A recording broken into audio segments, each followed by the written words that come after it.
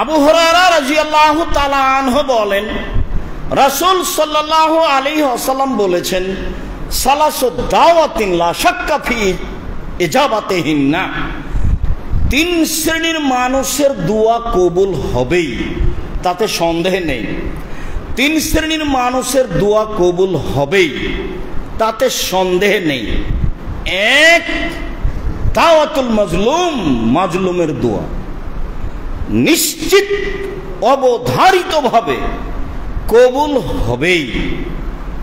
দুই, দাওয়াতুল মুসাফির, যে ব্যক্তি সফরে আছে সে যদি নিজের ব্যাপারে, আহাল পরিবারের ব্যাপারে, কোনো ব্যক্তির ব্যাপারে বলে কিছু, তাহলে সেটা কবুল হবেই। তিন, দাওয়াতুল ওয়ালিদ আলাল ওয়ালাদে, বাপ মায়ের দোয়া ছেলে মেয়ের জন্য। কাজেই ভুলেও কখনো বাপ মা যেন ছেলে মেয়ের ব্যাপারে বদদোয়া না করে।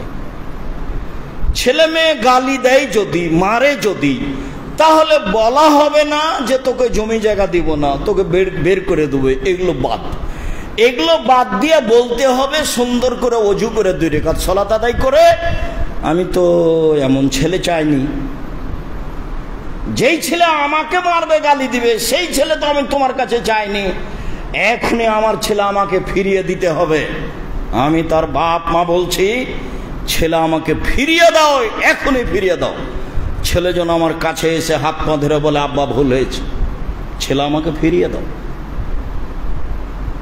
ছেলের উপরে প্রতিশোধ না নিয়ে যিনি সন্তান দিয়েছেন তাকে বলতে হবে এই কথা, যে আমি তো এই ছেলে চাইনি, আমার ছেলে আমাকে গালি দিবে, এমন ছেলে তো আমি বাপ হয়ে চাইনি। আমার ছেলে আমাকে ফিরিয়ে দাও, যেটা আমার প্রয়োজন, সেই ছেলে আমাকে দাও, এই কথা বলতে হবে। তিন শ্রেণীর মানুষের দোয়া কবুল হবেই, যাতে কোনো সন্দেহ নেই। তার এক শ্রেণীর দোয়া হচ্ছে মাজলুমের দোয়া। আবু হুরায়রা রাদিয়াল্লাহু তাআলা আনহু বলেন, রাসূল সাল্লাল্লাহু আলাইহি সাল্লাম বলেছেন, দাওয়াতুল মাজলুমে মুস্তাজাবাতুন ওয়া ইন কানা ফাজিরান, মাজলুম যদি পাপী হয় তবু তার কথা কবুল হবে। মাজলুম যদি পাপাচার হয়, গুনাহগার হয়, এর পরেও যেটা বলবে সেটাই কবুল হবে। এই কথা আল্লাহর নবী বলেন। আনাস রাদিয়াল্লাহু তাআলা আনহু বলেন, রাসূল সাল্লাল্লাহু আলাইহি সাল্লাম বলেছেন, দাওয়াতুল মাজলুমে মুস্তাজাবাতুন ওয়া ইন কানা কাফিরান, মাজলুমের দোয়া কবুল হবে, মাজলুম যদি কাফের হয়, হিন্দু হয় তবু। নেন এবার কথা তো নিচে যেতেই থাকলো। মাজলুম যে কেউই হোক না কেন, যার নাম মানুষ, যার নাম মানুষ, হিন্দু মুসলমান বৌদ্ধ খ্রিস্টান, সে যেই হোক না কেন, মাজলুম যেটাই বলবে সেটাই গ্রহণ হবে। এই কথা মুহাম্মদ সাল্লাল্লাহু আলাইহি সাল্লাম বলেন। বিষয়টি খুব বুঝে বাকি জীবন বেঁচে থাকার চেষ্টা করব। আল্লাহ তুমি কবুল করো, আল্লাহুম্মা আমিন।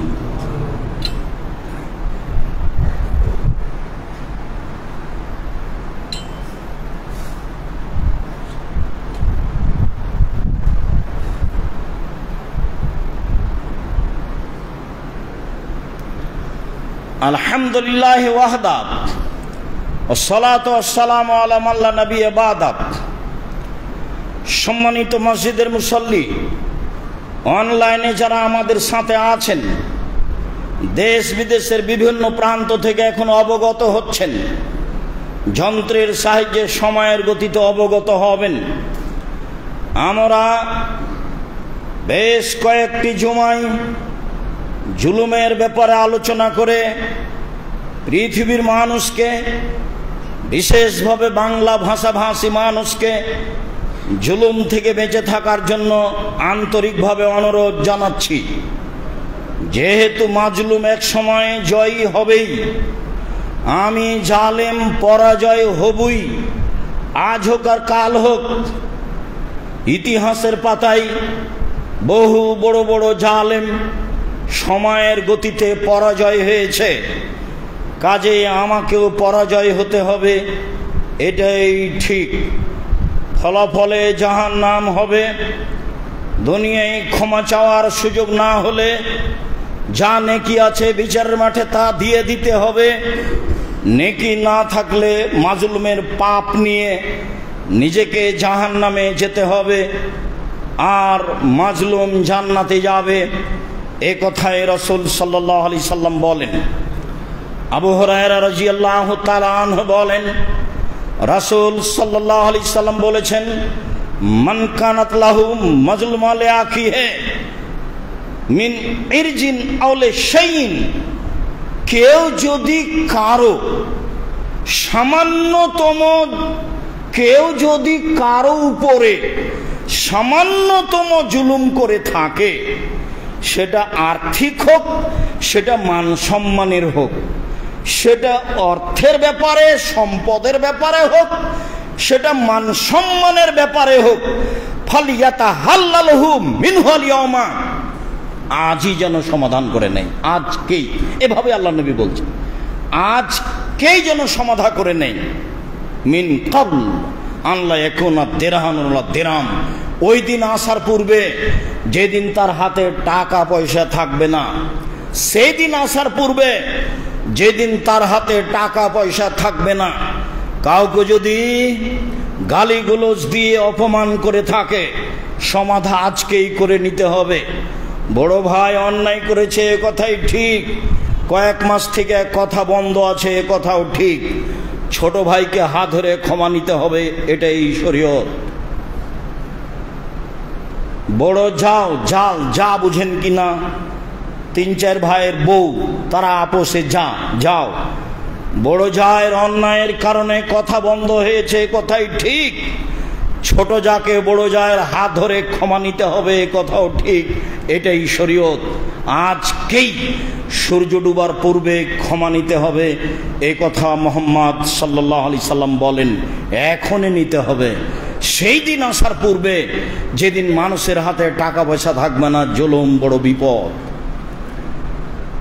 ফাইন কানা লাহু আমালুন সালেহ, যদি জালেমের কিছু নেকি থাকে, নেকি তো করতেই পারে, তো ওকে যা বেকাদরে মাজলেমাতে হিবিন হো, তার জুলুম অনুযায়ী নেকি নিয়ে নেওয়া হবে,